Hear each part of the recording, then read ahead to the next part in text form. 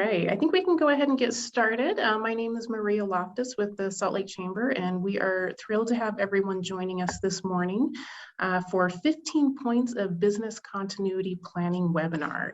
And we're very happy to have James Ray with us from Be Ready Utah program. He's the lead with the Utah Division of Emergency Management. And James has a very robust presentation for us today with a lot of important information. So James, welcome. We'll go ahead and get started. All right, thank you. Okay, so thank you. Again, as she said, my name is James Ray. I work with the Utah Division of Emergency Management, and I am acting as the lead for the state's Be Ready business program. And I'm super excited to be able to share some really great information with you. As stated in the flyer that's gone out, the announcements, there's some tools throughout this. And I want to get you access to all of those tools. You'll notice in the chat that there are some links there. If everybody can't see those links, then we'll repost those. So let us know if you can access those links just fine. There's the 15 Points of Business Continuity Planning link that's there, so you can kind of see kind of an overview document. There's the What is Be Ready Business. I'll just briefly speak about that. There's a subscription line for subscribing for Be Ready Business emails.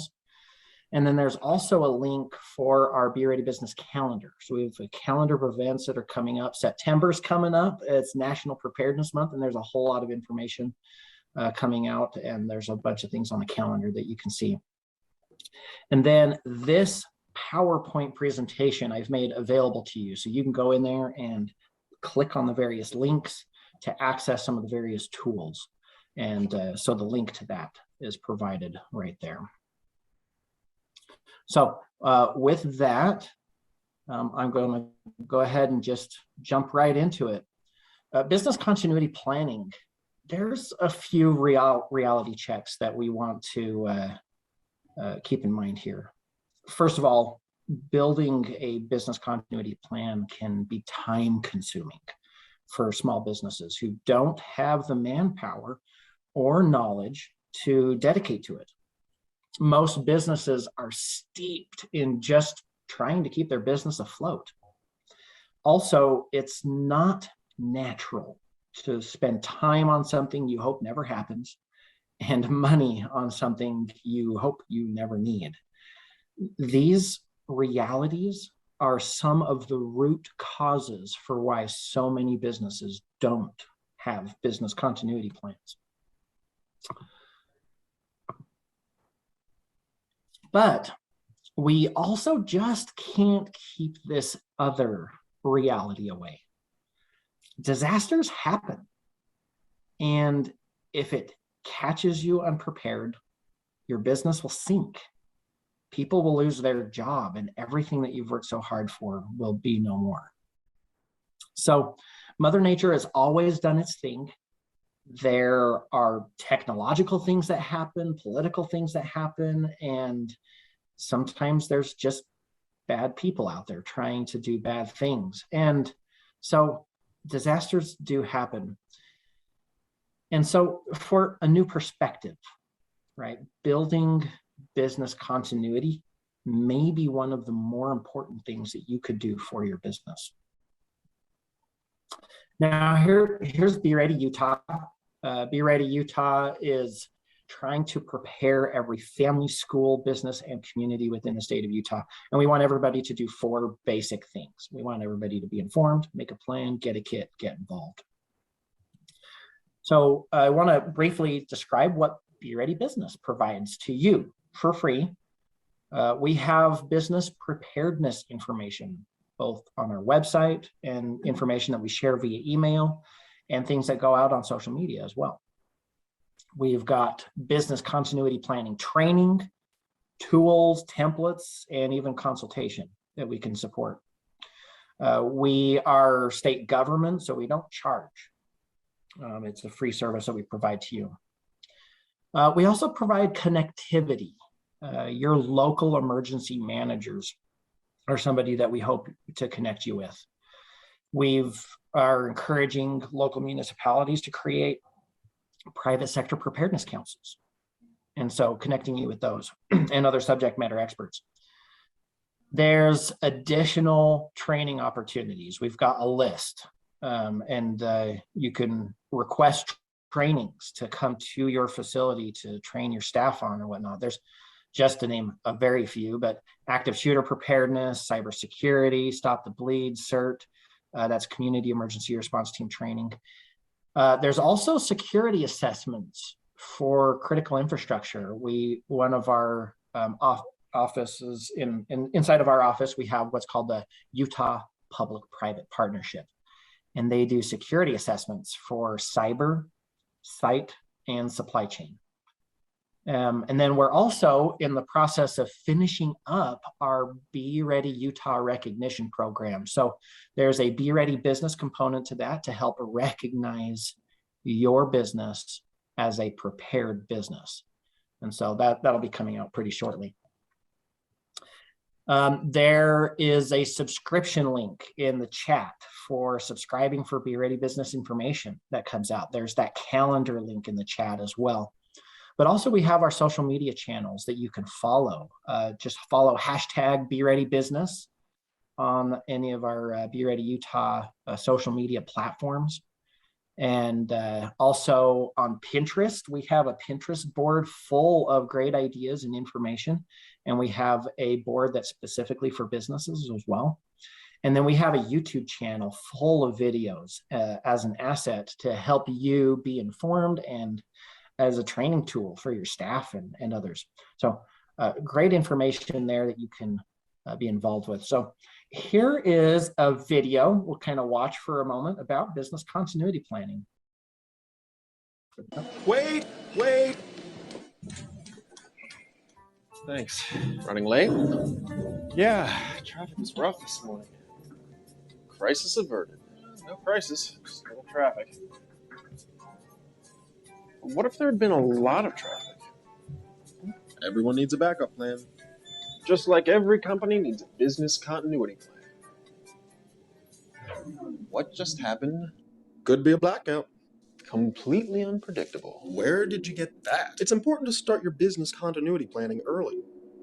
How long can you operate without core systems and processes?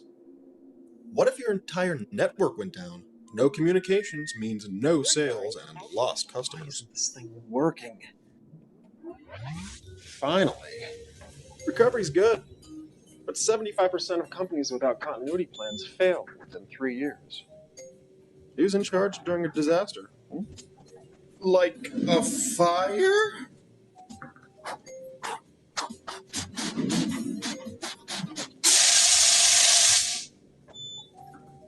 Identifying teams and assigning tasks is essential. Everyone needs to know their responsibilities. What's going on? It could be a hurricane. Hurricane? Weather can badly damage your assets. Planning better prepares your company to recover from any disruption. Why aren't you getting wet? Not everyone's under the same umbrella. It's important to test, update, and exercise your preparedness measures. So, can we share? No. A business continuity plan for one company won't fit another. That's why it's important for everyone to develop their own plans. Why are you wearing a mask? Don't forget to plan for the human element. Contingency planning should go beyond natural disasters. Plan for man-made threats too. Oh, come on. Great. Hey, let me out.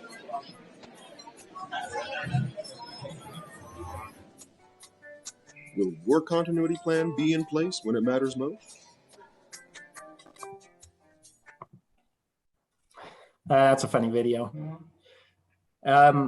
Here's some statistical information to kind of help you get a grasp onto why this is important. It's interesting to note that of businesses impacted by a disaster, that 75% of them 3 years later fail. Those businesses never reopen their doors. There's a cost to being down, and you can mitigate against that cost. It's also interesting to note that companies that experience business interruptions of any kind, of any type, and cannot resume operations within 10 days will likely fail. And employees are 75% more likely to take action when employers encourage them to be prepared for disasters. And 52% of small business owners estimate the time necessary for disaster recovery is 3 months. So just some important information to kind of keep in mind. Why does this matter to you? Business continuity helps companies fulfill their moral responsibility to protect employees, the community, and the environment. It facilitates compliance with regulatory requirements. It enhances a company's ability to recover from financial losses. And it reduces exposure to civil or criminal liability. It enhances companies' image and credibility with employees, customers, suppliers, and the community. And it may even reduce your insurance premiums.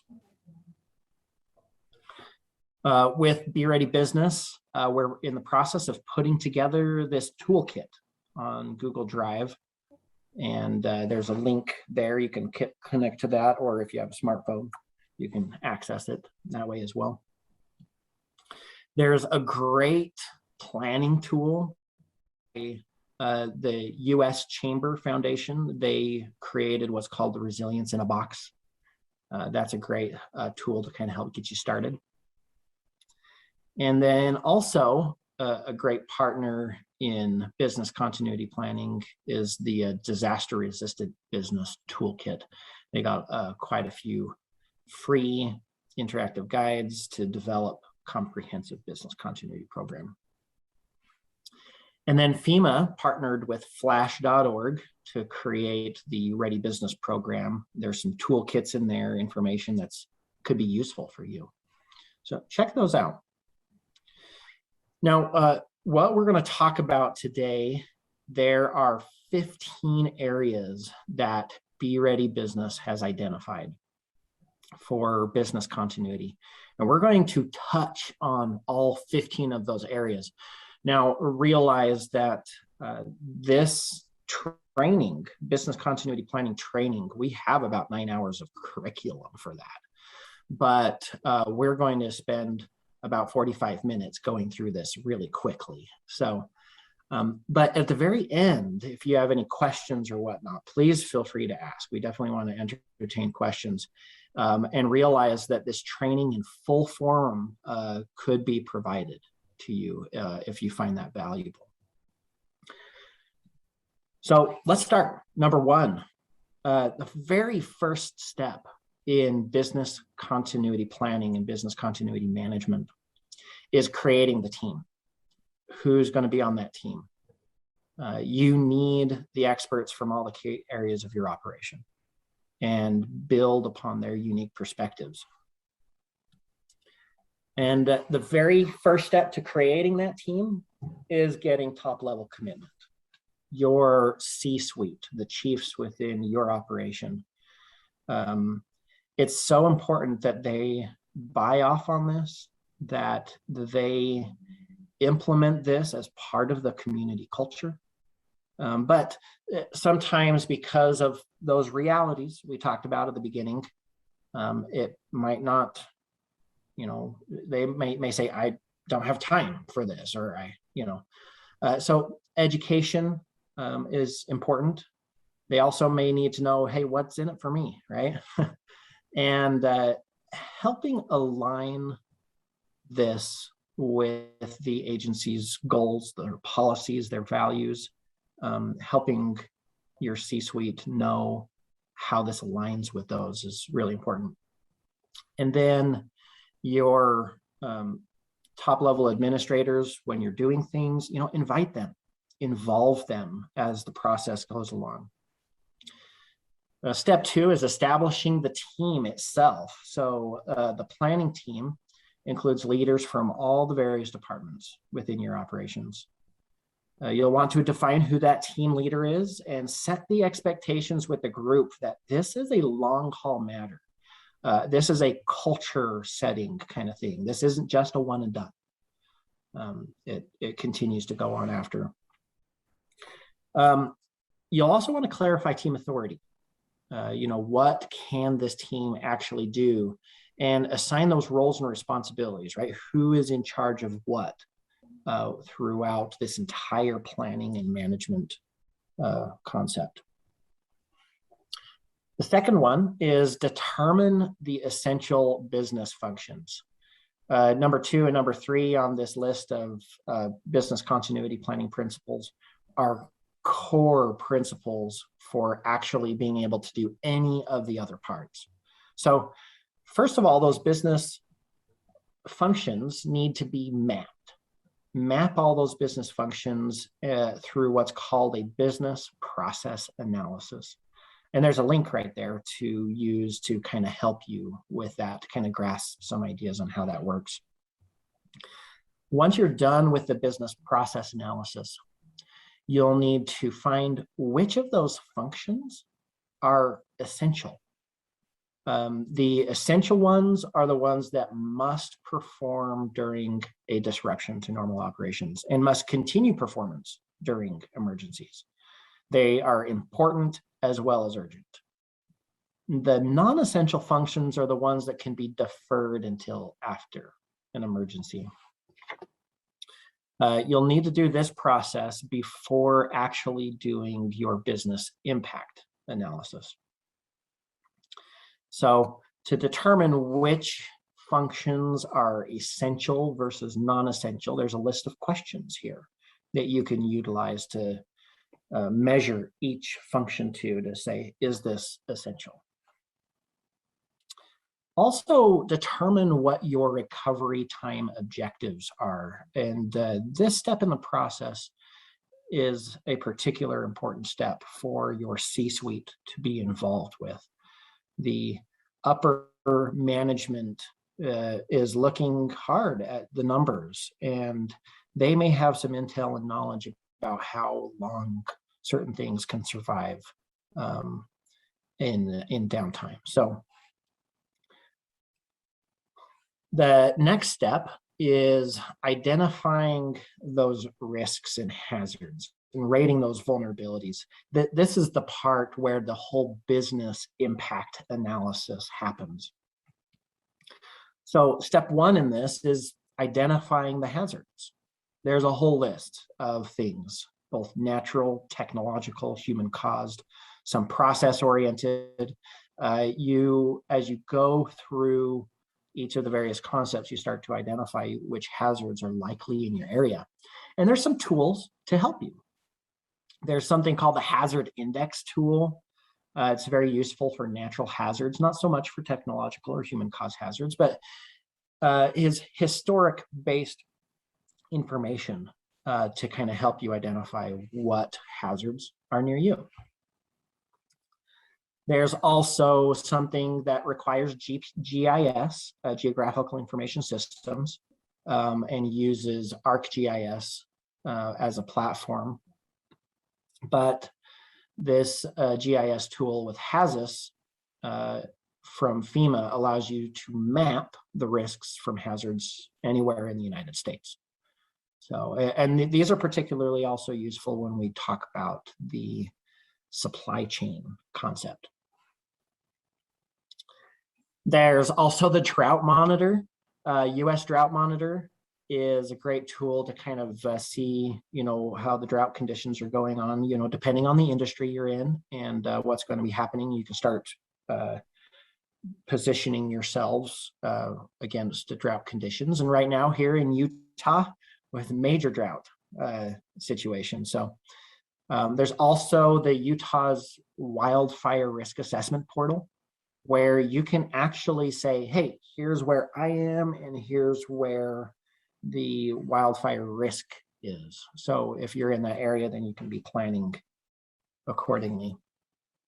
Also, FEMA has an interactive flood hazard map where you can drill down to where you're at and determine the flood hazard that's in your area. There's also a map that UGS offers that has the fault lines on it. Where do earthquakes happen and other geological hazards, landslides and radon and all sorts of things like that can be accessed all right there. One great tool to access is your local emergency manager. They've oftentimes already done hazard analysis for the community that your business resides.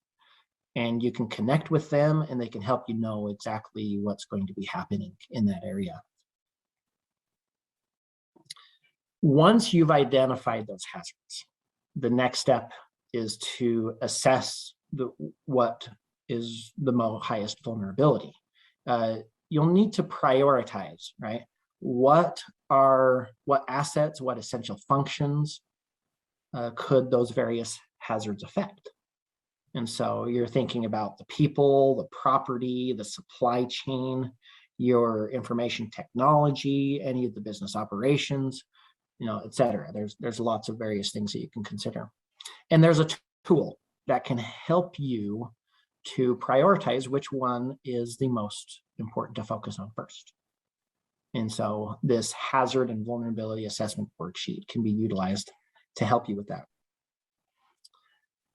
Once you've done that, then you want to analyze the impact, right? What is going to be the cost of the assets or essential functions being put at risk? What are the impacts from each of the hazards, the casualties, the property damage, the financial loss? Those will help you prioritize as well. And there's a sheet that can help you with that. The business impact analysis worksheet. Right there, there's a link to that you put each of the various essential functions, one essential function at a time, and then analyze all of the various things and impacts that are associated to that essential function. Now, describe how the threat or the hazard can impact the essential function on this worksheet. What's at risk? What essential function performance is disrupted? The time frames there and the priorities with the costs. The step 4 is then identifying, developing, and incorporating those risk management strategies and other options. Like, what are we going to do if this shuts down? Are there secondary options? So there's some examples right there, but those can all be worked in that business impact analysis worksheet as well. Now, once your business process analysis is done, your business impact analysis is done, then you can launch forward in a whole bunch of other aspects of business continuity. So one of those aspects, especially, is home. It's interesting how preparedness at home has a direct impact on preparedness at the workplace. Once an employee is confident their family needs are met, then that employee will be able to continue functioning at the workplace. Here at Be Ready Utah, we readily recognize the direct relationship between business and family. And preparing a family will be preparing your business. It's interesting to know that only 7% of Americans have taken the necessary steps to prepare for disasters. And that 75% of company plans do not support employee resiliency. So build a preparedness culture in your workplace, and there's a whole bunch of resources to help you. You don't have to make it from scratch. There's tons of ideas out there. Visit the Pinterest board, visit our YouTube channels to show various things. Participate in some of the events that happen. There's the Great Utah Shakeout and National Preparedness Month. September, National Preparedness Month coming up, and there's a whole lot of things happening. Send it home, right? Prepare the family and bring it to work. You know, individuals may bring their kits and plans and medications and things like that to the office if they have to stay there. And one of the principles we'll talk about soon is exercising that plan. Next part, number 5, is business supply chain resilience. So you'll want to gain an understanding of your supply chain and be able to promote resilience within that supply chain. In its basic function, you know, a supply chain is a network of entities that specialize in the raw materials, the suppliers, manufacturing, distribution, and then the customers. And an impact on any link in this chain will impact your ability to continue operations. When the supply chain breaks, the unmet needs of the community increase and the capacity to meet those needs decrease. So consider how to bridge your resource gaps in the short and the long term. Number 6, communications as well as continuity of authority. We'll talk about these ones. Now there's 6 parts to consider when building a communication plan. You got to know your customers, your supplier, vendor, employees, all the contacts.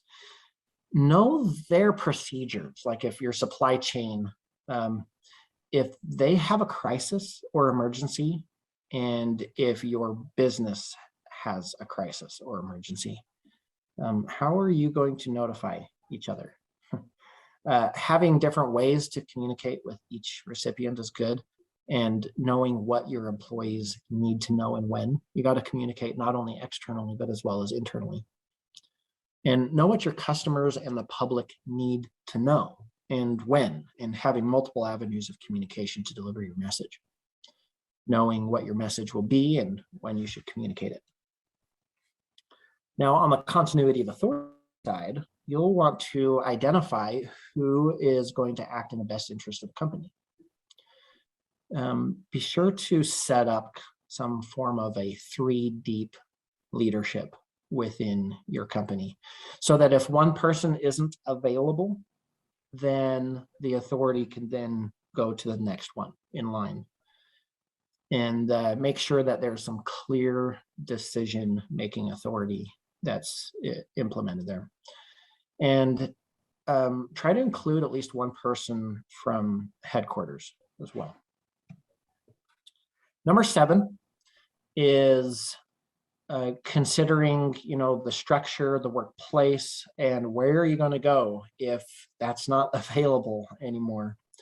So alternate locations are sites other than the primary operating facility, where you can continue or resume those essential functions, and where organizational command and control of essential functions occurs during an emergency.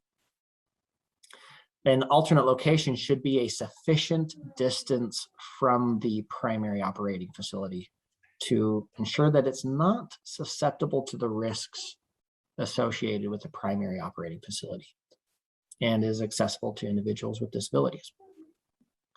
Alternate locations include other owned or controlled facilities performing similar work. Operations may be relocated to an alternate site, assuming both are not impacted by the same incident. This strategy also assumes that the surviving site has the resources and capacity to assume the work of the impacted site. Another alternate location could include telework, right, from home or other work sites away from their normal work facility through remote connectivity. This strategy requires ensuring telecommuters have a suitable home work environment and are equipped with or have access to a computer with the required application and data and peripherals and a secure broadband connection. Reconstitution includes returning to normal operations once the disaster no longer possesses a threat. A reconstitution team that you would set up, they've got a lot of responsibilities. Some of them include initiating and coordinating operations to salvage, restore, recover the primary operating facility and its resources. Also, as well as determining how much time is needed to repair the primary operating facility and or acquire a new facility. Conduct appropriate security, safety, and health assessments to determine building suitability, as well as verifying that all the systems and communications and other required capabilities are available and operational, and supervises a return of personnel, equipment, and documents to the facility. There is a reconstitution checklist that can be accessed to be used to track the process of those operations. Devolution is the ability to transfer authority and responsibility from an organization's primary operating staff and facilities to other designated staff and alternate locations to sustain those essential functions. So consider those elements in there as well as you're doing business continuity planning. Number 8 is all about the finances. And how will you address those finances before and after disasters? So let's talk about finances. Some of your potential actions include safeguarding the documentation and strengthening your credit's ability for emergency borrowing and understanding the limitations of your accounts and payroll, and involving some of your financial institution in disaster planning. So who's your insurance provider? Invite them to the table. They may have some really good information to share with you. If any of you are familiar with the movie The Incredibles, you may recognize this scene where Bob, Mr. Incredible, is approached by his boss and he says, "I'm not happy, Bob. Your customers know every loophole." Let's share a couple of loopholes that are important for you. You've got to know your risks. It's not the insurance company's responsibility to find your risks for you. So understand what your first and third party risks are. First party relates to losses that you incur directly, such as your car needs repairs. Whereas third party relates to harm you caused to others, such as you crashed into someone else's car, or you have to pay for things beyond your own infrastructure. The third party risks are the most important because that's where liability is most extensive. So what is your risk aversion? What risks are you not willing to accept? The answer to this will constitute the best coverage options for you. The other option is to be sold a policy that doesn't cover what you actually need. So what is covered? Match your risks to the right coverage. Insurance companies are not good at marketing the details of their coverage. It's not really in their best interest to do so. They kind of lose money when claims actually match policy. So ask all the questions when you need to get the right answers. And this are some examples of things to possibly review. Ask about those deductibles and the claim requirements.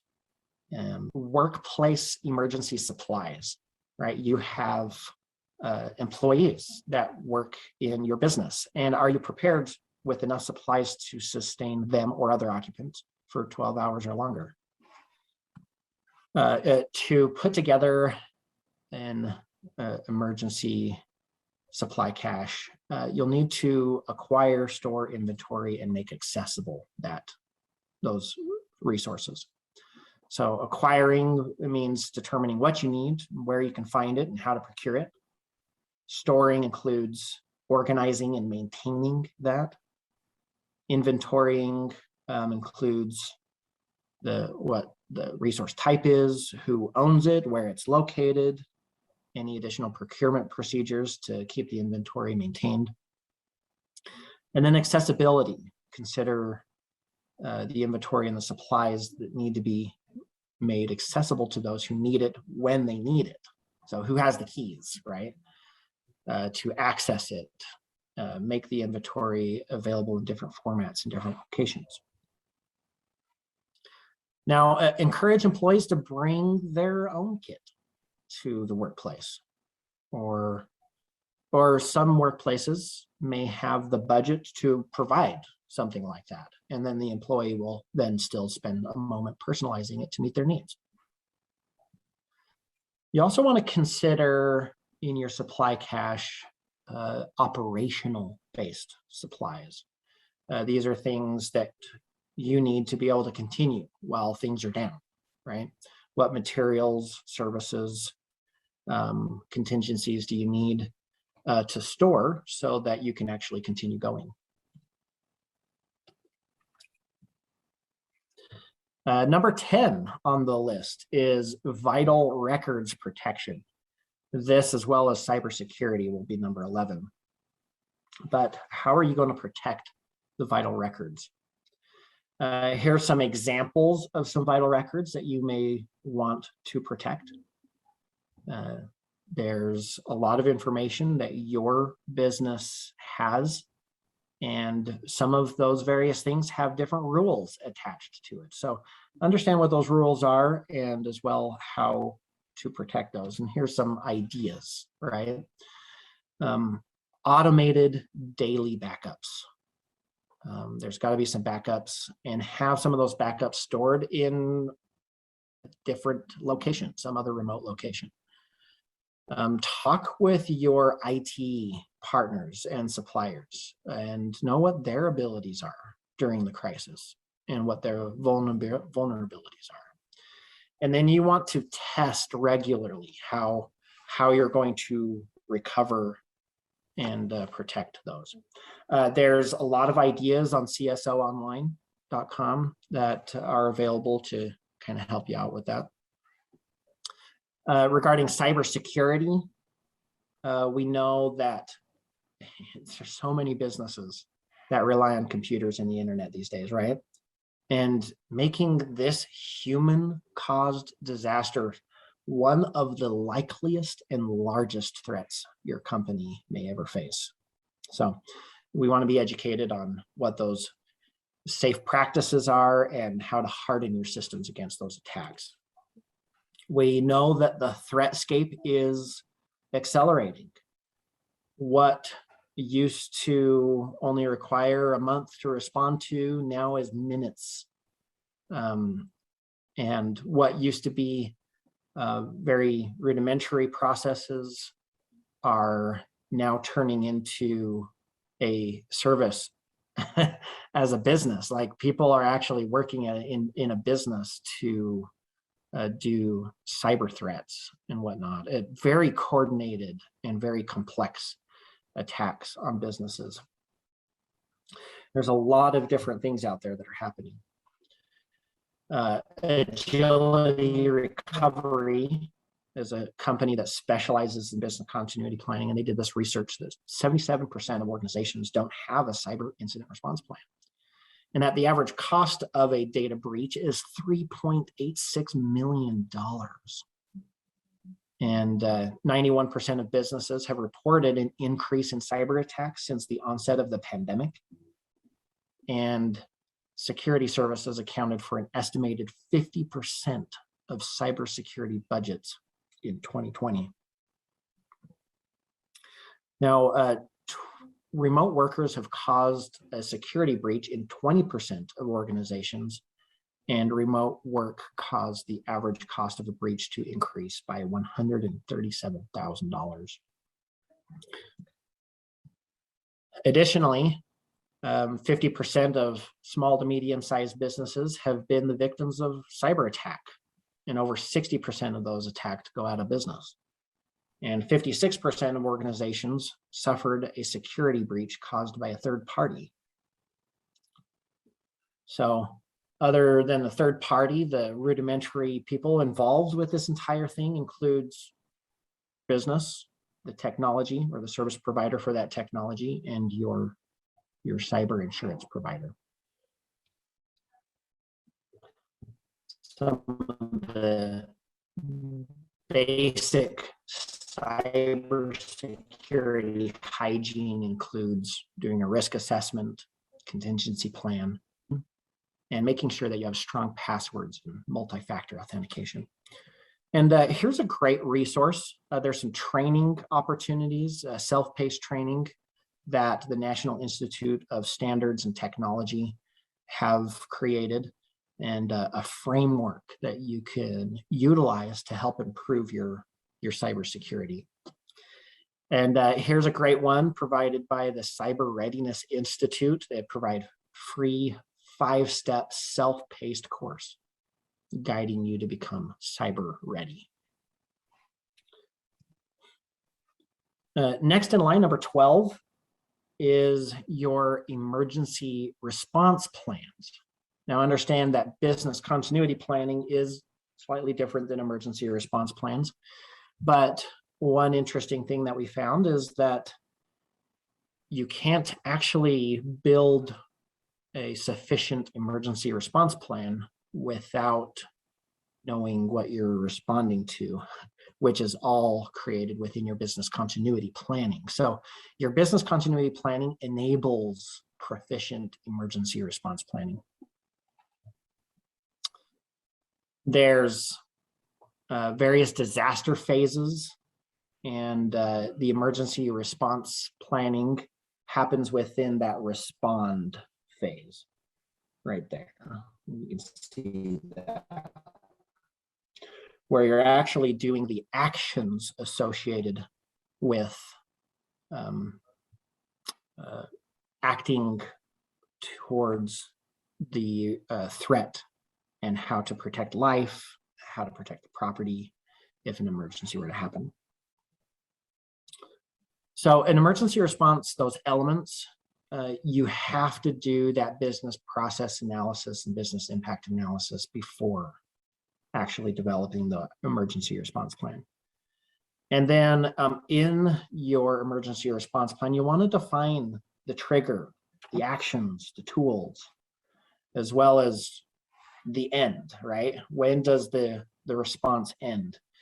And then assigning duties is critical, like who is going to do what action. And there's a lot of tools out there to be able to help you develop an emergency response plan. Ready.gov/business. There's some emergency response plans there. Our Center for Disease Control, CDC, they have some tools, and there's another link. There's a whole bunch of other resources, even though they're kind of leaning towards more of the business continuity side of things, they're still very helpful. Some of you may seen something like this, the Emergency Procedures Quick Reference Guide. You can just kind of flip it open and say, hey, if this were to happen, do this action, right? This isn't the same thing as an emergency response plan, but it can be definitely a byproduct from your emergency response plan.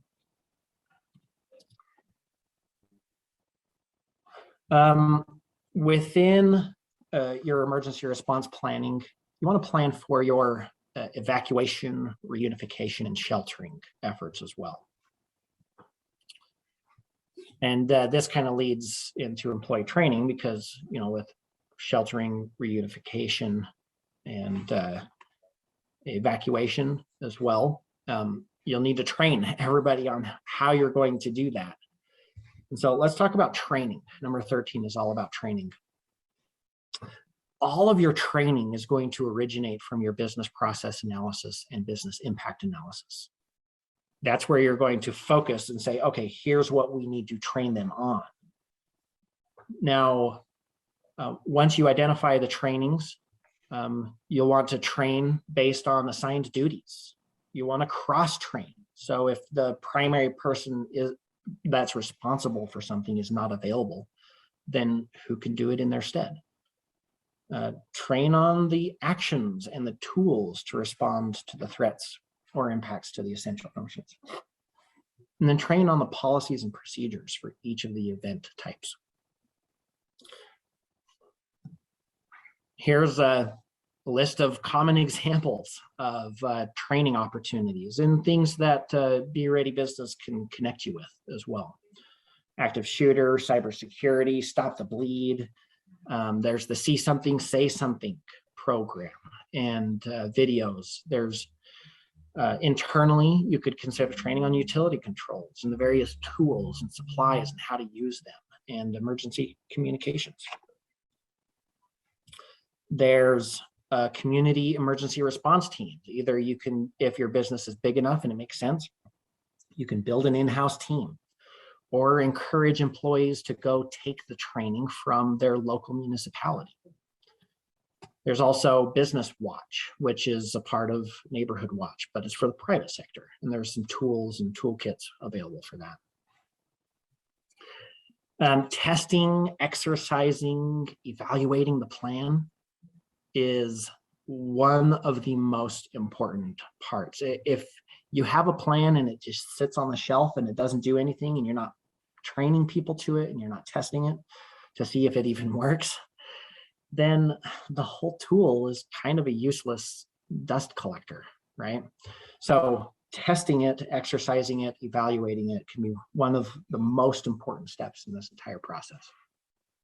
A recent survey found that 82% of organizations have made updates. These are 82% of organizations that actually have a business continuity plan. And they updated it, their business continuity plans, but 40% of those companies have not trained employees or tested those plans since updating. Now, there's two types of exercises. There's discussion-based exercises and operation-based exercises. You'll see that in the light blue versus the dark blue. Discussion-based exercises kind of help familiarize and develop current plans, policies, agreements, procedures.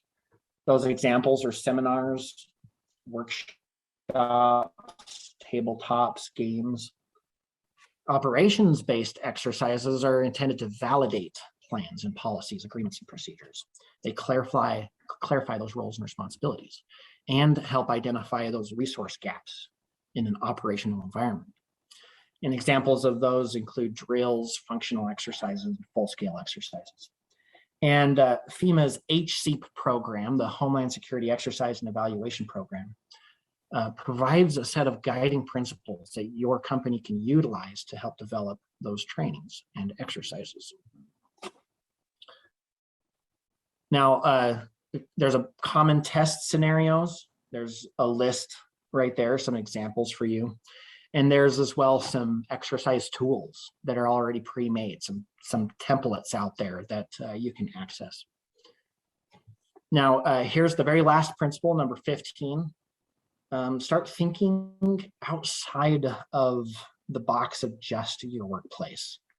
This is all about neighbor helping neighbor, creating those relationships with various key members in the community and your neighbors. So discover who is in your neighborhood. Share what you've learned with them. Your neighbor's hazards could impact you if you're right next to them, and plan ways that your neighbors can support each other in time of need. Also, know your community. Meet your municipal emergency manager. They have the plans for the area, and they may want to also know what your plans are, because we all have a symbiotic relationship within our community. Meet your local professional responders as well. Help them know what your emergency response plans are. so that when they try to respond, they can know what's going to happen. Your utility providers are also great partners in the community to meet. Go beyond a transactional relationship with your utility providers. You may pay the bill, but when disaster strikes, do you know what their plans are? They may help you know what to expect, and their feedback can have an impact on your business continuity plans. So next step is use the templates and tools that I've been showing to help you build your plan. And feel free to ask the Be Ready Utah team for support in any part of the process. And let's start protecting our businesses, our staff, clients, and community. Okay, excellent. James, thanks so much. And everybody have a great rest of your day. All right, thank you. Bye-bye. Bye.